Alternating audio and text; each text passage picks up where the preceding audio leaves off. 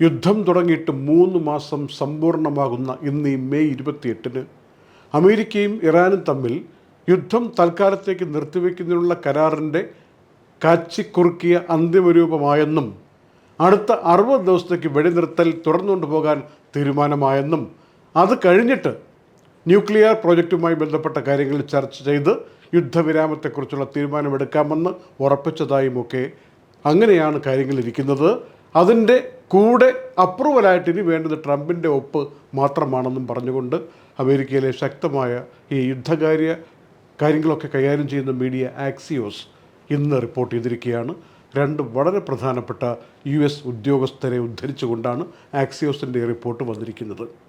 ഇതൊക്കെ ശരിയാണെന്ന് നമുക്കിപ്പോൾ വിശ്വസിക്കാൻ പറ്റുമെങ്കിൽ ഇനിയൊരു തിലകം ചാർത്തൽ കർമ്മം മാത്രമേ ഈ പ്രോജക്റ്റ് നടപ്പിലാക്കാൻ വേണ്ടി, ഈ മെമ്മോറാണ്ടം ഓഫ് അണ്ടർസ്റ്റാൻഡിംഗ് നടപ്പിലാക്കാൻ വേണ്ടി ബാക്കിയുള്ളൂ എന്നാണ് അറിയുന്നത്. ഇങ്ങനെയൊരു സാഹചര്യത്തിലൂടെ ലോകം കടന്നു പോകുമ്പോഴും ഇന്നലെ അമേരിക്കൻ പ്രസിഡന്റ് ഒരു ക്യാബിനറ്റ് യോഗത്തിൽ പറഞ്ഞിരിക്കുന്ന കാര്യങ്ങൾ ഇന്ന് വെളുപ്പിന് പുറത്തു വന്നത് ഇങ്ങനെയാണ്. ഈ ഹോർമൂസ് കടലിടുക്കുമായി ബന്ധപ്പെട്ട വിഷയത്തിൽ മാനേജ് ചെയ്യാൻ വേണ്ടി ഒമാൻ മറ്റുള്ള രാജ്യങ്ങളെപ്പോലെ അല്ല തീരുമാനമെടുക്കുന്നത്, ഇറാൻ്റെ സൈഡാണ് നിൽക്കുന്നതെങ്കിൽ ഒമാനെ ശരിയാക്കി കളയുമെന്ന അർത്ഥത്തിലൊരു ഭീഷണി ട്രംപ് മുഴക്കുകയുണ്ടായി. കൂട്ടത്തിലൊരു ആശയക്കുഴപ്പം അമേരിക്കൻ മാധ്യമങ്ങൾ തന്നെ ചൂണ്ടിക്കാണിക്കുന്നത് നമ്മളെല്ലാവരും ഒന്ന് അറിഞ്ഞിരിക്കണം. ഇറാൻ്റെ മിസൈൽ ശേഖരം മുഴുവനും നശിപ്പിച്ചു എന്ന് പലവട്ടം ട്രംപ് പറഞ്ഞതാണ്. എന്നാൽ ഇതിപ്പോൾ CNN അടക്കമുള്ള മാധ്യമങ്ങൾ സാറ്റലൈറ്റ് പിക്ചറുകളെ ഉദ്ധരിച്ചുകൊണ്ടും അത് കാണിച്ചുകൊണ്ടും ഇറാൻ അനാവരണം ചെയ്യുന്ന പുതിയ മിസൈൽ ശേഖരം, പ്രത്യേകിച്ച് ഭൂഗർഭ അറകളിൽ വിന്യസിച്ചിരിക്കുന്ന മിസൈലുകളുടെ ശേഖരം, അതേക്കുറിച്ചുള്ള ചിത്രങ്ങൾ പുറത്തുവിടുകയും വാർത്ത കൊണ്ടുവരികയുമാണ്.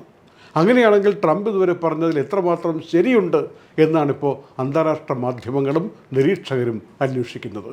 യുദ്ധവിരാമത്തിൻ്റെയും വെടിനിർത്തലിൻ്റെയും കരാർ ദായങ് എത്തിപ്പോയി, ഒപ്പിടാൻ പോകുന്നു എന്നൊക്കെ പറഞ്ഞുകൊണ്ട് നിൽക്കുമ്പോഴും ഇറാൻ്റെ റവല്യൂഷണറി ഗാർഡ് IRGC ഇപ്പോഴും പറഞ്ഞുകൊണ്ടിരിക്കുന്നത് ഒരു കാരണവശാലും ഹോർമൂസ് കടലിടുക്കിൻ്റെ അധികാരം വിട്ടുകൊടുക്കില്ല എന്നാണ്. അതിലൂടെ ഒരു കപ്പൽ കടന്നു പോകണമെങ്കിൽ നിർബന്ധമായും ഇറാൻ്റെ പെർമിറ്റ് എടുത്തിരിക്കണമെന്നും IRGC വാദിക്കുകയാണ്. നാളെ വെള്ളിയാഴ്ച 29-ാം തീയതി എന്തെങ്കിലുമൊക്കെ സംഭവിക്കുമെന്ന് മട്ടിൽ പുതിയ ചില നീക്കങ്ങൾ നടക്കുന്നത് ഇങ്ങനെയാണ്. പാകിസ്ഥാൻ്റെ വിദേശകാര്യമന്ത്രി ഇഷാഖ് ദാർ നാളെ വാഷിംഗ്ടണിലെത്തിയിട്ട് അമേരിക്കയുടെ വിദേശകാര്യ സെക്രട്ടറി മാർക്കോ റൂബിയോയുമായി വളരെ പ്രധാനപ്പെട്ട, വളരെ നിർണായകമായ ചില കാര്യങ്ങൾ, സാങ്കേതിക കാര്യങ്ങൾ അടക്കമുള്ളവ ചർച്ച ചെയ്യാൻ പോകുന്നു എന്നുള്ളൊരു വാർത്ത വരുന്നതാണ്. കാര്യങ്ങൾ പലവട്ടം തീരുമാനമാകുമെന്ന നിമിഷങ്ങളിലേക്ക് വരികയും വീണ്ടും തെന്നിമാറിപ്പോവുകയും ചെയ്യുന്ന സാഹചര്യം മുൻനിർത്തി റഷ്യയുടെ ഉന്നത വൃത്തങ്ങളിൽ നിന്ന് അമേരിക്കയുമായും ഇറാനുമായും സംസാരിച്ചു എന്നാണ് വാർത്തകളിൽ കാണുന്നത്. സംസാരിച്ചിട്ട് അവർ പറയുന്നത് ഇങ്ങനെയാണ്: ഒരു കാരണവശാലും പഴയ രൂപത്തിലുള്ള യുദ്ധത്തിലേക്ക് സംസാരിച്ച് തെന്നി വീഴരുത്, അത് അപകടം വരുത്തി വയ്ക്കും. പറയുന്നതാരാ? റഷ്യയാണ്. മാത്രമല്ല, ഇറാൻ്റെ കൈവശമിരിക്കുന്ന യുറേനിയം എവിടെ കൊണ്ട് വയ്ക്കുമെന്നുള്ളതാണല്ലോ ഇപ്പോഴത്തെ വലിയ തർക്കങ്ങളിലൊന്ന്. അക്കാര്യത്തിൽ തങ്ങൾ പരിഹാരം നിർദ്ദേശിക്കാം, വേണ്ടത് ചെയ്യാം എന്ന് റഷ്യ പറഞ്ഞതായും ഈ റിപ്പോർട്ടിലുണ്ട്. കഴിഞ്ഞ ദിവസം ബന്ദർ അബ്ബാസ് അടക്കമുള്ള ഹോർമൂസ് മേഖലകളിലേക്ക് അമേരിക്കയുടെ പടക്കപ്പലുകളിൽ നിന്ന് ആക്രമണമുണ്ടായെന്നും മിസൈൽ ശേഖരങ്ങൾ പലതും തകർത്തെന്നും റിപ്പോർട്ട് വന്നിരുന്നല്ലോ. അതിന് ബദലായി ഇറാൻ്റെ ഭാഗത്തുനിന്ന് കുവൈറ്റിലെ ചില കേന്ദ്രങ്ങളിലേക്ക് ശക്തമായ ആക്രമണം ഇന്നുണ്ടായ റിപ്പോർട്ടും വരികയാണ്. കുവൈറ്റ് അതിനെ പരമാവധി പ്രതിരോധിച്ചെന്നും റിപ്പോർട്ടുണ്ട്. ഇതിനെ ശക്തമായി അപലപിച്ചിരിക്കുന്നു അമേരിക്കയും UAEയും. ഇത് വെടിനിർത്തൽ കരാറുമായി ബന്ധപ്പെട്ട നിയമത്തിൻ്റെ ലംഘനമാണ് ഇറാൻ നടത്തിയിരിക്കുന്നതെന്ന് അമേരിക്ക പ്രതികരിച്ചിരിക്കുകയാണ്. ഇറാൻ അമേരിക്ക യുദ്ധവുമായിട്ടൊന്നും ബന്ധമില്ലാത്ത, മനുഷ്യൻ്റെ മനസ്സിൻ്റെ ഉള്ളിലെ ആർക്കും കാണാൻ പറ്റാത്ത ചില പോരാട്ടങ്ങളെയും യുദ്ധങ്ങളെയും കുറിച്ച് വേദനിപ്പിക്കുന്ന ഒരു വാർത്ത വന്നതുകൂടി ശ്രദ്ധയിൽപ്പെടുത്തുകയാണ്.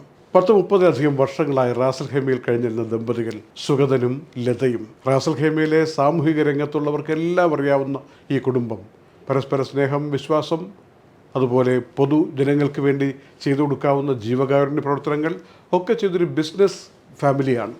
എല്ലാവർക്കും നല്ലത് മാത്രം പറയാനുള്ള ഈ കുടുംബം കഴിഞ്ഞ ദിവസം നാട്ടിലൊക്കെ പോയിട്ടൊരു തീർത്ഥാടനമൊക്കെ കഴിഞ്ഞ് UAEയിലേക്ക് വരാനിരിക്കവേ ഏതാനും മണിക്കൂറുകൾ മാത്രമേ ബാക്കിയുള്ളൂ ഫ്ലൈറ്റിൽ കയറാൻ തിരുവനന്തപുരത്ത് നിന്ന്. ഇവരുടെ ലഗേജ് പോലും കൊണ്ട് നേരത്തെ എയർപോർട്ടിൽ ഏൽപ്പിച്ചിട്ട് അങ്ങനെ സ്ഥിരമായിട്ട് അങ്ങനെ പ്ലാൻ ചെയ്ത് യാത്ര ചെയ്യുന്നവരാണ്. ഇനി മണിക്കൂറുകളേ ഉള്ളൂ എയർപോർട്ടിൽ എത്താനെന്നുള്ള സാഹചര്യത്തിൽ സുഗതൻ ഭാര്യ ലതയെ കൊലപ്പെടുത്തുകയും എന്നിട്ട് ആത്മഹത്യ ചെയ്യുകയും ചെയ്ത വാർത്തയാണ് നമ്മൾ അറിയുന്നത്. 67 വയസ്സും 60 വയസ്സും. ഇന്ന് ഈ മെയ് 28-ന് ലതയുടെ 60-ാം ബർത്ത്ഡേ ആണ്. അതുപോലും ആഘോഷിക്കാൻ നിൽക്കാതെ ഒരു നിമിഷത്തിൻ്റെ പ്രേരണയാവണം ഇങ്ങനെയൊരു കടും കൈയിലേക്ക് ആ കുടുംബം എത്തിച്ചേർന്ന സാഹചര്യം എന്താണ്? കൂടെയുള്ളവർക്ക്, അവരെ അറിയാവുന്നവർക്ക്, റാസൽ ഖൈമയിൽ കഴിയുന്നവർക്ക്, അവരുടെ ബിസിനസ് പങ്കാളികൾക്ക്, അവരുടെ കൺസ്ട്രക്ഷൻ ബിസിനസ്സുമായി ബന്ധപ്പെട്ട് പ്രവർത്തിക്കുന്ന നൂറുകണക്കിന് ആയിരക്കണക്കിന് ആളുകൾക്ക്, ക്ലയൻസിന് ഒന്നും വിശ്വസിക്കാൻ പറ്റുന്നില്ല ഈ ഒരു മരണം. ഒരു ആത്മഹത്യാക്കുറിപ്പോ, ഒരു പെട്ടെന്നുണ്ടായ പ്രേരണയോ, അല്ലെങ്കിൽ വിദ്വേഷത്തിൻ്റെ എന്തെങ്കിലും ഒരു കുറിപ്പോ സൂചനയോ ഒന്നും കണ്ടു കിട്ടിയിട്ടില്ല. കൂടെയുള്ളവരൊക്കെ ഇപ്പോൾ പറയുന്നത് പെട്ടെന്നുണ്ടായ പ്രകോപനത്തിൽ ഒരു നിമിഷത്തിൻ്റെ പകുതിയിലെടുത്ത ഒരു തീരുമാനമാകാനേ സാധ്യതയുള്ളൂ. കാരണം എല്ലാവർക്കും പ്രേരണ, ഉൾപ്രേരകം നൽകിക്കൊണ്ടിരുന്നൊരു കുടുംബമാണ്. മോഡലായിട്ട് എല്ലാവരും കരുതിയിരുന്നതാണ്. ഒരുപാട് പാവപ്പെട്ടവർക്ക് നാട്ടിൽ വീട് വെച്ച് കൊടുത്തടക്കമുള്ള ജീവകാരുണ്യ പ്രവർത്തനങ്ങൾ ചെയ്തവരാണ്. UAE സാമൂഹിക സാംസ്കാരിക മണ്ഡലങ്ങളിൽ എല്ലാ പ്രവർത്തനങ്ങളിലും കൈ അയച്ച് സഹായിച്ചുകൊണ്ട് മുന്നിൽ നിന്നവരാണ്. അതാണ് പറഞ്ഞത്, ചില മനസ്സിൻ്റെ പോരാട്ടങ്ങൾ, മനസ്സിനുള്ളിൽ നടക്കുന്ന യുദ്ധങ്ങൾ നമുക്ക് പുറത്തൊന്നും കാണാൻ പറ്റാത്തതാണെന്ന്. ഏതായാലും ആ കുടുംബവുമായി ബന്ധപ്പെട്ട മറ്റംഗങ്ങൾ, സുഹൃത്തുക്കൾ, ഇവർക്കുണ്ടായിരിക്കുന്ന നഷ്ടവും അവരുടെ ആഘാതവും ഇതൊന്നും പറഞ്ഞാൽ തീരുന്നതല്ല.